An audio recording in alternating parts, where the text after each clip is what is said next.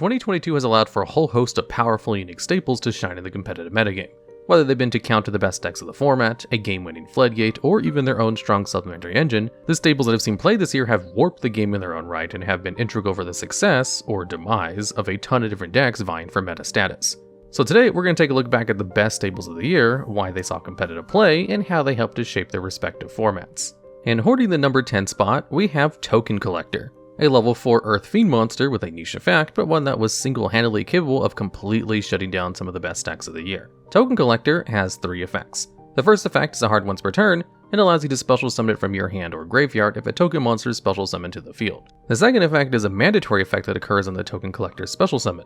The effect destroys all tokens on both players' fields and gives Token Collector an extra 400 attack for every token destroyed. But it's Token Collector's third effect that makes it so strong, as while it's phased on the field, neither player can special summon tokens at all. At first glance, this effect appears way too specific to ever see use, because in order for each of its 3 effects to be relevant, it relies on your opponent playing a deck that specifically requires token monsters to perform their plays. This wasn't completely unheard of, but when compared to other staples like Ash Blossom and Infinite Impermanence, Token Collector is a lot less applicable. However, this year Token Collector managed to see a surge in popularity, specifically because of how strong its effects were against some of this year's strongest strategies. The best example of this, of course, is Sword Soul. Even after the 2022's first ban list, which saw the banning of Arch Nemesis Protoss, Sword Soul's consistency, strength, and adaptability made it a tier 1 meta threat, and one that was quite difficult to put a stop to with most other hand traps. Token Collector, on the other hand, was almost guaranteed to be game-winningly strong. Every single main deck Sword Soul monster is a non-tuner and relies upon their effects to special summon out token tuners to the field to actually access their synchro boss monsters. But with Token Collector in your hand or graveyard, you can special summon it to your field as soon as your opponent is done resolving the effect of their Sword Soul monsters, wiping the field of their token tuners and locking them out of summoning any more to the field, essentially shutting down almost the entire deck. But Sword Soul wasn't even the end to Token Collector's utility, as it also happened to be an amazing counter against the newly released Adventure engine. By getting rid of the Adventure token, the entire engine no longer functioned. Griffin Rider couldn't use its negate, and Dracoback couldn't bounce back cards, making Token Collector an amazing counter against any rogue and meta deck strategies trying to take advantage of the Adventure engine. The best part is that Token Collector didn't just destroy the main engines of Sword Soul and Adventure, it also cut off their plan B option, Halqifibrax. Halqifibrax was a small engine that used a combination of Crystron Halqifibrax, Despot 001, Mega Phantobeast Auroradon to summon a bunch of machine tokens to synchro summon with. But because this strategy required tokens to function, that meant Token Collector could apply here as well. These 3 strategies being as good as they were, made for a format where Token Collector was able to dominate as a tool that was both insanely strong and applicable to multiple decks in the format, to the point where this once niche and specific card could even be played in your main deck and win games because of it. In fact, Token Collector was so strong and so versatile that decks would even use extra deck tools like Shooting Riser and Curious to send Token Collector from the deck to the graveyard to ensure that it was always available to counter these token-based strategies, to the point where Sword Soul and other token-based strategies were forced to adapt to Token Collector by playing cards like Ghost Mourner or Forbidden Chalice to keep their tokens on board. Currently, however, Token Collector has been seeing far less competitive play because while its effect has been insane for countering token-based strategies, the meta around it has shifted so tokens are a lot less common. But if Sword Soul or any token-based decks come back to the meta, Token Collector will be found in the side or main decks once more. Looming into the number 9 is Dharc, the Dharc Charmer, Gloomy, a Link 2 monster belonging to the Charmer series of links. The Charmer links actually all have the same effects and stats, the only thing that changes between them all is the particular attribute that they support. So in the case of Dharc, you can summon them using any 2 monsters provided at least one of them is a Dharc monster. Its on-field effect allows you to target any Dharc monster in your opponent's graveyard in order to special summon to a zone this card points to. And if the link summon Dharc is destroyed by battle or an opponent's card effect while you control it, you get to search any Dharc monster from your deck with 1500 or less defense, and each of its effects having a hard once per turn. The Dharc attribute has always been the strongest in the game, and a monster being a Dharc monster means it can benefit from a whole host of support and synergy that no other attribute has. This meant that from its release, Dharc the Dharc Charmer was always likely to see some kind of competitive success, since even in decks that don't play any Dharc attribute monsters in their engine, it was likely that a stray DD Crow or IP Masquerena would find its way into your opponent's graveyard eventually. But this year specifically has shown how busted Dharc is. With the release of Power of the Elements, Dharc saw a ton of competitive success. This is because the best decks within that set, Sprite and Tearlaments, both happen to be made up a bunch of powerful Dharc monsters, which gave Dharc a ton of interesting utility. For example, Tearlaments could run a small Sprite engine in their main deck consisting of at least 1 Sprite Jet and Sprite Smashers, This is because Dharc could summon back an opponent's Sprite Blue in their graveyard, and then you could trigger its effect in order to search a Jet from your deck, in order to get a Sprite Smasher, a free interruption that also happened to be an auto-matic mine. Sprites also benefited greatly from Dharc. They could also revive an opponent's tier limits merely for a free level 2 body that they could use to go into Elf or Gigantic. This era showed Dharc's potential, especially when its destruction effect could also be used to gain free advantage and search for most of the sprites or tier limits, but the release of Sprite Sprint boosted Dharc's power by a lot, and made it a near mandatory in both of these strategies. What makes Sprint so busted is that it can be used to send any level 2 monster from your deck to the graveyard, and is played both in Sprite to send Nibble Angler, and tier limits to send merely, and kickstart their combos. The reason why this is so good with Dharc is because of Sprint's summoning conditions. You need any 2 monsters provided one of them is a level, rank, or link 2 monster. This means that any monster that Dharc revives in the graveyard can be used to go into Sprint, and allows Dharc to be absurdly strong as both an extender and a starter for your plays.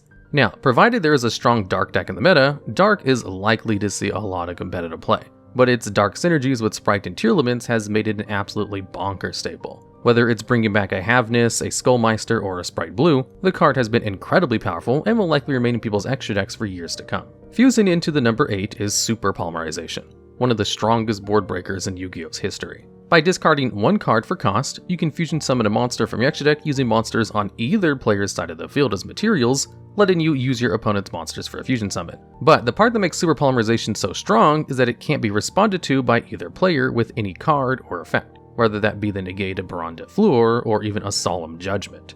Super Poly is an insanely strong board breaker, because as soon as you activate it, there's nothing your opponent can do to stop it, clearing away their problem boss monsters and giving you a free fusion monster on the field. But Super Poly's strengths will always change depending on the best decks of the format and what Super Poly targets are actually available.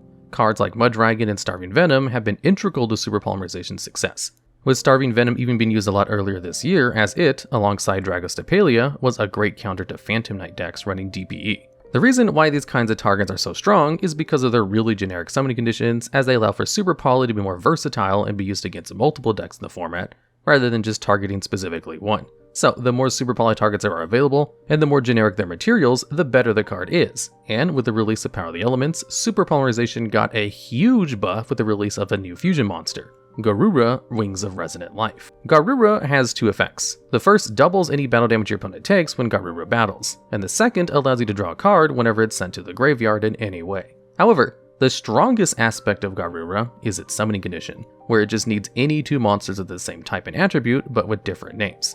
This made Garura a superbly generic Super Poly target, increasing the range of decks that Super Poly could be used against, and meant that Super Polymerization could now be used against both of the decks of the upcoming format, Sprite and tier limits. The Sprite end board post Power of the Elements actually didn't play into any of the traditional Super Polymerization targets, as it ended on the Fire, Thunder, Elf, and Red alongside the Water, Aqua, Totally Awesome, and Dupe Frog to protect your board from battle. But with the release of Garura, not only were you capable of using Super Poly against the Sprite board, you also had options of what you wanted to fuse away. You could fuse away your opponent's Sprite Red and Elf, depriving your opponent of a monster negate and their follow-up from Elf, or you could instead move to your battle phase and Super Poly to fuse away their Dupe Frog and Totally Awesome. Not only did this mean clearing away 2 of your opponent's monsters, it meant that you could use Garura to beat over your opponent's Elf since it has exactly 100 more attack, and because Elf is main phase only, they wouldn't be able to activate its effect, letting you clear away most of the Sprite end board for free. This was so strong that eventually it led Sprite pilots dropping Dupe Frog from their list entirely in order to give themselves a better chance against Super Poly. Against tier limits, you had a few options for how to use Super Poly. You could fuse away their Dragostapelia and Time Thief Redoer into a Dragostapelia of your own, or you could even use your opponent's tier limit monsters to fuse a Kid Kalos to start your own combo. But the release of Majestic Mavens and Darkwing Blast made Super Poly even stronger against the deck, as with these sets, tier limits got new several pieces of support which helped them reach their tier 0 status. In Darkwing Blast, they got tier limits Rukalos, a fusion boss monster which made Nibiru ineffective against tier limits as it came with the negate of any card effect that would summon a monster. And in Majestic Mavens, they got the Ishizu cards, Keldo and Mudora, who can shuffle cards in the graveyard back into their deck at quick effect speed, and the Millers, Agido and Kelbeck, who can mill the top 5 cards of your deck to trigger even more tier limit names. But one of the key issues with the Millers is that they also milled cards from your opponent's deck and could allow them to benefit from a whole host of graveyard effects. And so, to stop your opponent from gaining any sort of advantage, Tier would usually make Abyss Dweller to prevent your opponent from gaining any advantage from their graveyard effects. This allowed for Super Polymerization to shine, as both Rukalos and Abyss Dweller had the same attribute, but a different type, letting you fuse into a dragon with ease. This was really important for graveyard reliant strategies, as you could use Super Polymerization as your first action in the draw phase, with the turn player priority, to immediately fuse away your opponent's board before they even had a chance to activate Dweller, and lock out the graveyard effect since they can't respond to Super Poly with Dweller. Overall, Super Polymerization is always going to fluctuate in and out of the meta, but Garura, as well as the other classic targets, has ensured its use has become far more common, and the card is only going to get even stronger as more targets get released. Shifting into number 7 is Dimension Shifter, one of the most busted, lingering effects in the game, and one that's been absolutely integral for certain rogue strategies to prosper. At quick effect speed, you can send Dimension Shifter from your hand to the graveyard, but only while you have no cards in your graveyard. This makes it so that any card that would be sent to the graveyard is banished instead until the end of the next turn. From its release, Dimension Shifter has always been an absurdly powerful tool. A lot of Yu-Gi-Oh's strongest meta strategies use their graveyard as a resource to either generate a ton of advantage, or to actually combo off. The macro-like effect of Dimension Shifter, however, cuts off your opponent from the graveyard entirely for 2 whole turns. In fact, it's actually better than Macrocosmos, since it can be used during your opponent's first turn, making Dimension Shifter an amazing going second tool. The main issue with Dimension Shifter, however, is that for as strong as it is, not every deck can play it, because it doesn't just lock your opponent out of the graveyard, it also locks you from using your graveyard as well. So while a deck like MathMech would appreciate their opponent's tier limit cards being banished, they can't use Dimension Shifter themselves because they want their MathMech cards to hit the graveyard to actually use cards like Diameter and Super Fractorial. But even in spite of that, Dimension Shifter has seen widespread use this year, either by decks that have adapted their usual strategy to use it, or by decks that already natively synergized with it. Sprite is a great example of the former. Most Sprite lists do actually have cards that need to use the graveyard in some way. Nimble Angler needs to be sent to the graveyard in order to summon 2 beavers from the deck, and Swap Frog is usually sending other copies of Swap Frog to the graveyard so they can later be revived with Sprite Elf to make totally awesome. But the main Sprite engine actually doesn't use the graveyard at all, and actually have a superbly easy path to OTK your opponent even while Dimension Shifter is up, by using Sprite Jet to search for Gamma Burst, a card which increases the attack of all level, link, and rank 2 monsters in the field by 1400 points. Although because of the likes of Angler, Totally Awesome, and Elf are so valuable for Sprite, they only play Dimension Shifter on the side as a tool for going second. Although there are some strategies that are willing to main deck Dimension Shifter because they don't care about their graveyards at all. Like Floowandereeze, a deck that can use Shifters so easily that it's almost as if the deck was made for it. You see, most of the Floowandereeze cards don't actually interact with the graveyard at all, with all the level 1 birds banishing themselves whenever they leave the field, even when not under Shifter, so they can use Dimension Shifter freely. However, there are still 2 important cards in Floowandereeze that do need to interact with the graveyard. Floowandereeze and Stree needs to banish a card from either player's graveyard so that you can perform your additional normal summon. And Ryza the Mega Monarch has to target at least 1 card in either player's graveyard to spin a card from the field back to the top of the deck. But because Dimension Shifter goes to the graveyard for cost when you trigger it, you will at least have 1 card in the graveyard to use either of these effects. And in the case of Ryza, you can just choose your own Dimension Shifter to graveyard and put it in the top of your deck. By doing this, you can ensure that the next card you draw is a Dimension Shifter on the turn where Shifter's lingering effect stops applying. And because you wouldn't have any cards in your graveyard again, once Shifter is gone, you could use the Shifter again, and basically keep your opponent locked under Macrocosmos for the whole game by looping your Shifter over and over with Ryza. These small synergies, as well as how easily Floowandereeze plays through Shifter, have made Shifter a mandatory inclusion in the deck, and has been an integral part of the deck's consistent status as the best anti-meta strategy of the format. Shifter is probably the least generic staple on this list, but there's no denying the impact it's had on the metagame this year. And if your deck is at least somewhat capable of playing Shifter, you have access to an amazing tool that's capable of making even the best decks of the format struggle. And tuning in to our number 6 spot is Crystron Halqifibrax, a recently banned Link 2 monster that provided so much utility for any strategy playing any tuners.